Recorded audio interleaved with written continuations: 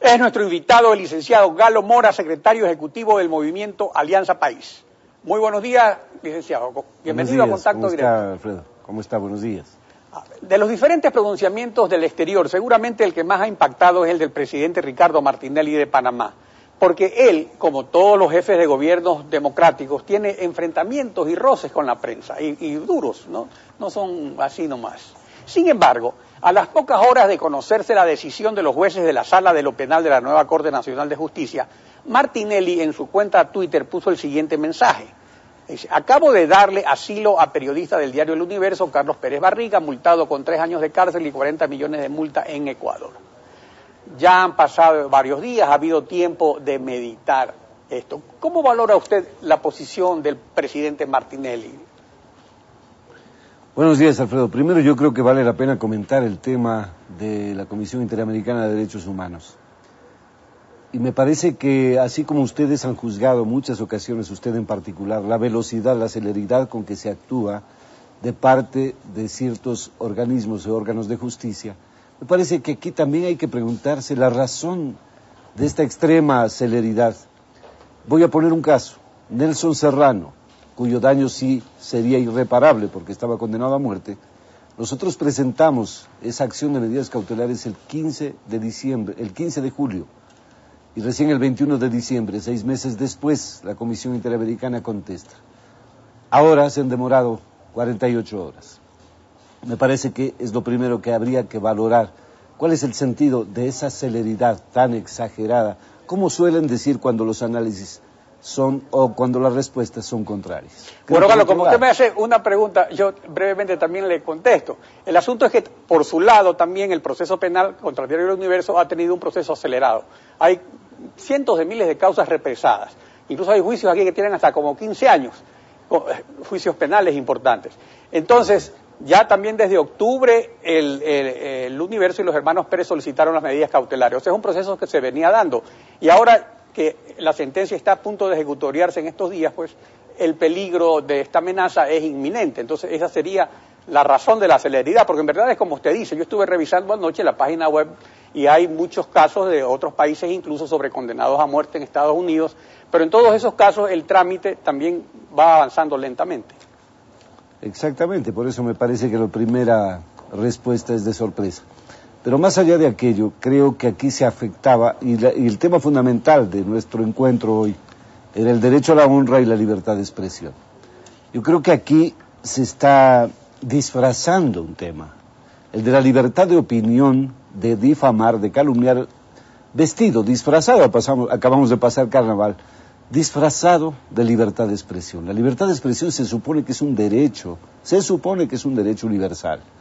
Y no es un derecho conquistado, o un espacio conquistado por dueños de medios que a su vez adjudican ese poder a tercerizados, que en este caso vienen a ser quienes escriben.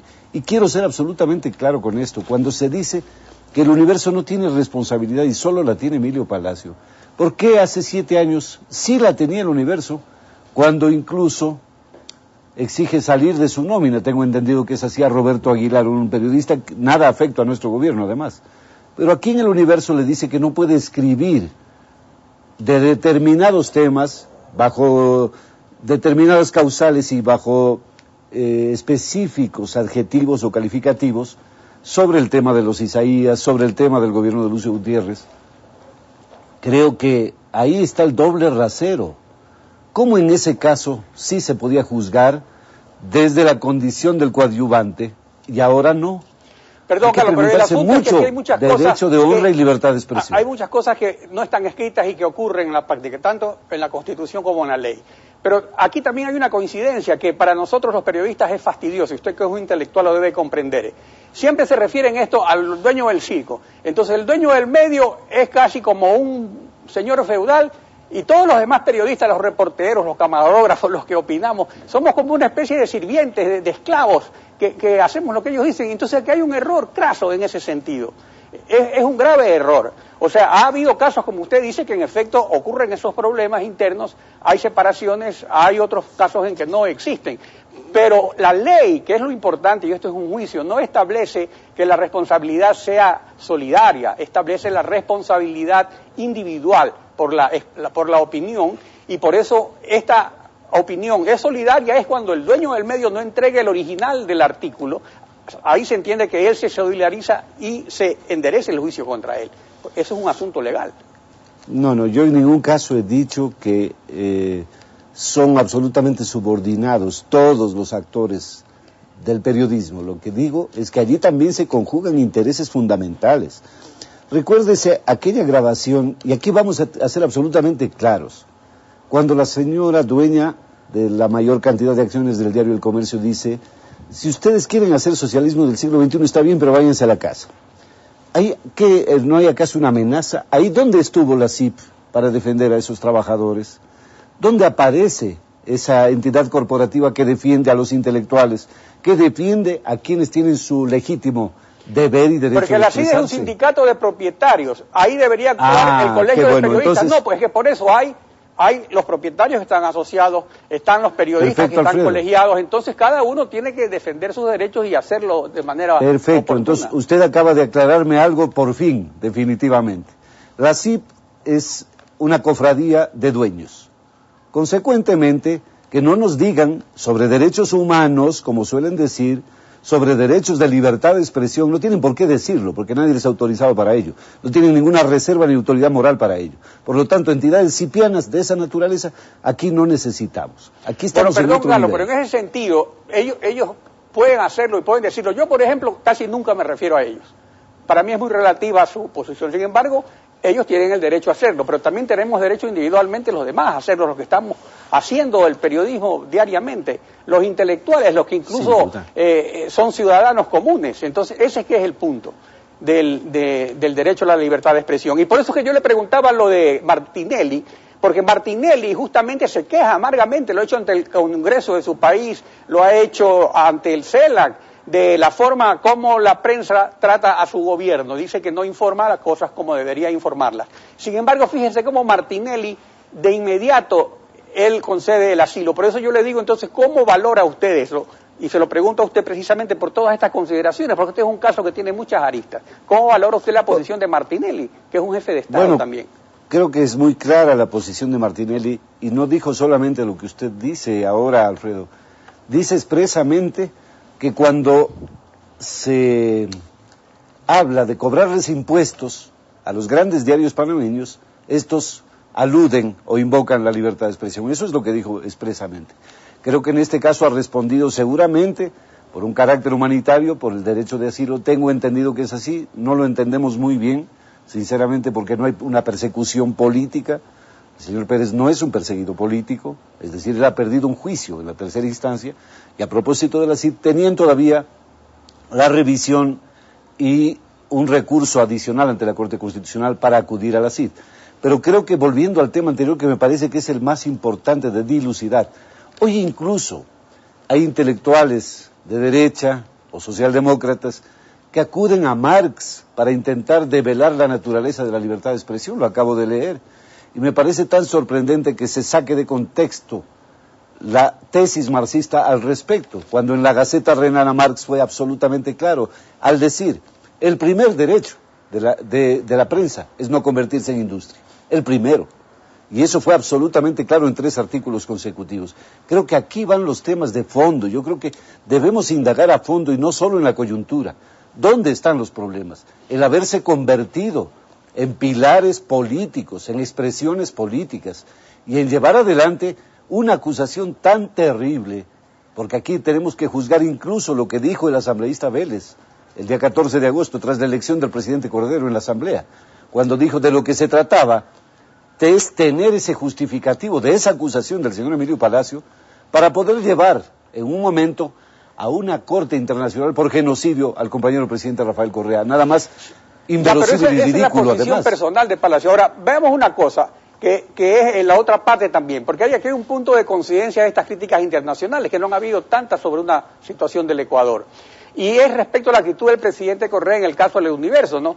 que se le acusa, dice, de no usar la vía civil, como sí lo ha hecho en el caso del Gran Hermano. Pero en ambos casos lo que se critica es la desmesura de la sanción civil o reparación económica, porque no hay precedentes en el país ni en el extranjero, y más bien hay jurisprudencia de la Corte Interamericana, en el sentido de que estas sanciones deben ser proporcionadas para que no causen un efecto inhibitorio sobre la libertad de expresión. Entonces, eso también es importante. O sea, yo pienso que Alianza País, Correa, todos tenemos derecho a discrepar, pero siempre hay un conjunto de reglas que debemos respetar. Entonces, respecto a la sanción desmesurada, que es lo que más llama la atención, o sea, son parte del proyecto político estas acciones que colocan el derecho individual a la honra del presidente por encima del derecho colectivo a la libertad de expresión. Yo no creo que el problema fundamental sea ese, y no creo que ahí esté la razón, porque este es el término final de todo un proceso que se ha seguido. El único problema verdadero es que a lo largo de muchísimos años nadie se ha opuesto, como lo ha hecho el presidente y la Revolución Ciudadana, a esa directriz ideológica, porque no olvidemos nunca que el poder mediático es una directriz ideológica que influye en las maneras de ver, de conceptuar el mundo, de conceptuar la política, la cotidianidad. El enfrentarse con esos poderes es lo que determina. No veamos el resultado final, sino los causales determinantes de este proceso. Pero él fue beneficiario de eso, pues, Galo Mora. Por ejemplo, es que no es un beneficiario personal. ¿Ah? ¿Perdón? En las elecciones del 2006, lo que usted dice tampoco, yo acepto lo que usted dice, es cierto de que existe eso, pero eso es el derecho que tienen unos, el derecho que tiene el otro, hay una réplica, hay un juego, hay un ping-pong, digamos, en esto.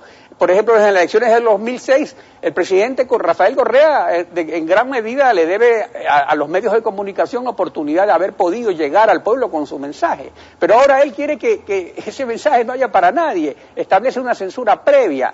O sea, y fíjese que ahorita no hay ningún candidato, porque ahorita se dice que no hay nadie que lo pueda enfrentar. O sea que no es que están los medios conspirando a favor de fulano, como por ejemplo se lo hacía cuando Hurtado era presidente, era Febres Cordero, y Febres Cordero era el engreído, pero aquí no hay esa situación.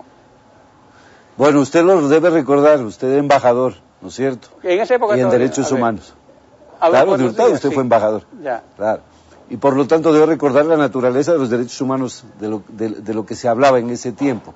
Pero aquí no es que hablemos de censura previa, jamás hablamos de eso. Hablamos siempre de responsabilidad ulterior. Y si no hay otro candidato, no nos pueden adjudicar pues a la vehemencia, al liderazgo, a la capacidad política, al talento, al sacrificio que hace Rafael Correa Delgado por nuestra patria, que no tengamos candidatos opositores. Ojalá existan y muchos, porque ahí está precisamente el debate y el juego democrático. Pero eso no es responsabilidad de Alianza País y de la Revolución Ciudadana. Pero con la reforma electoral de que restringe la información y dice que no puede haber nada, ningún mensaje, nada absolutamente que pueda favorecer y perjudicar a un candidato, está causando una restricción.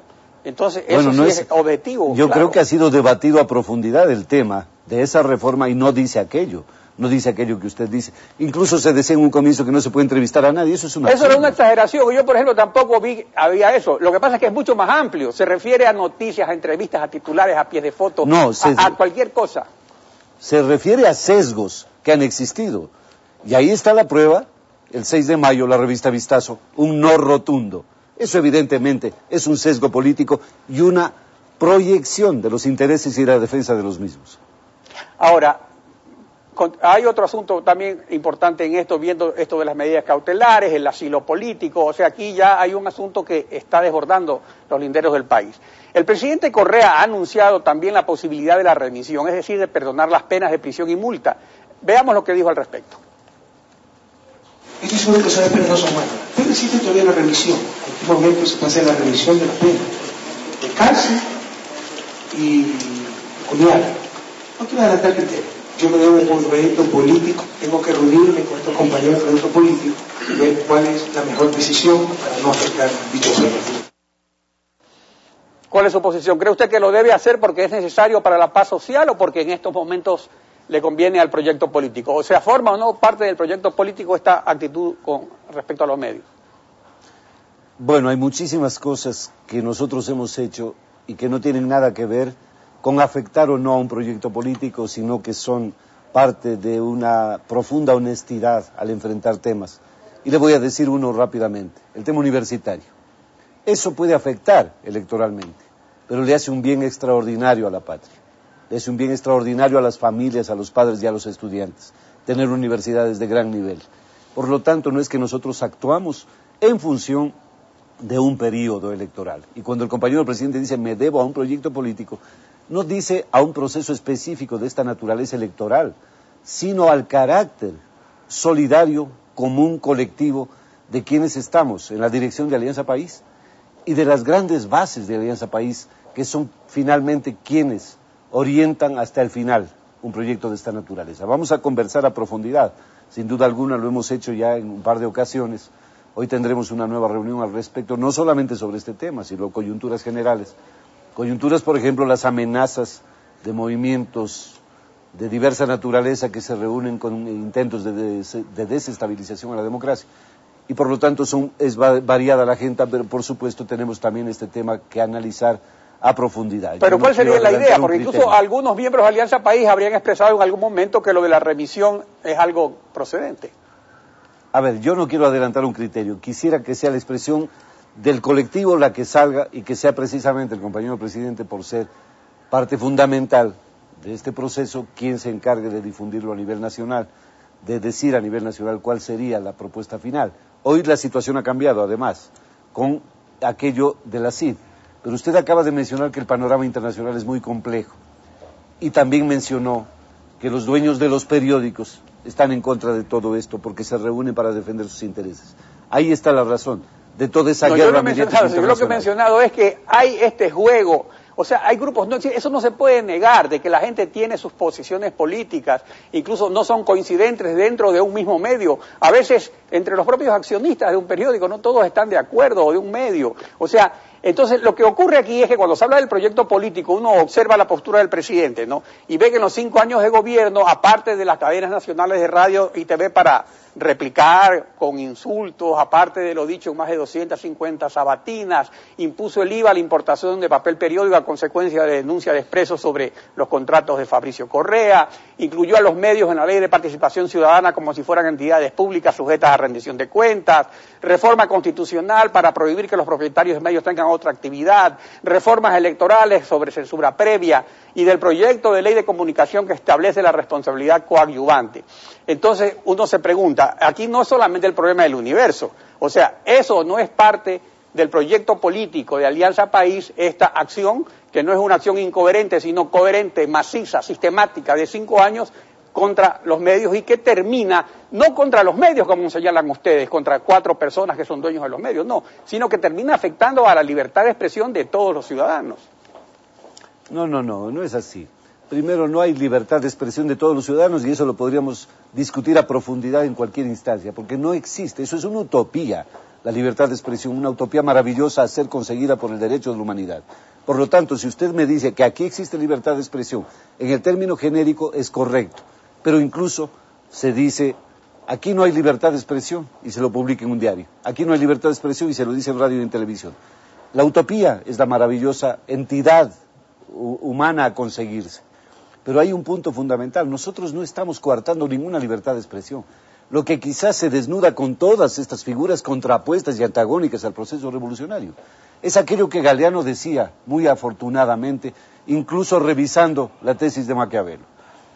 Maquiavelo decía, el fin justifica los medios. Ahora resulta que los medios justifican todos los fines.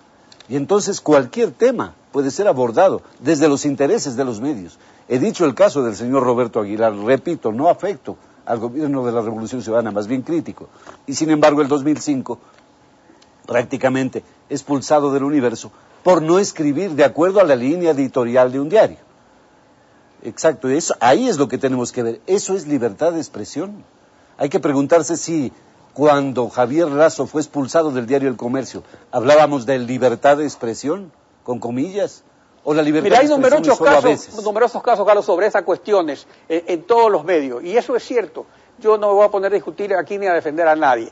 Pero lo que sí es verdad también es que lo que estamos viendo es el gran resultado final. O sea, en estos momentos sí hay una afectación cuando se está llegando a incluir en las leyes todas estas disposiciones que de manera general afectan. Y como usted bien lo dijo, eso es una utopía, pero esa utopía, ese sueño, por lo menos esa libertad de que no esté en la ley la prohibición, permite soñar, permite hacer intentos, permite que hayan expresiones que realmente coadyuven a eso. Y eso sí ha existido en el Ecuador, y como yo se lo dije antes, por eso fue que Rafael Correa llegó a ser presidente. Si no hubiera sido Álvaro Noboa, pues si hubiera sido por los intereses económicos, esta oligarquía de los medios de comunicación, pues.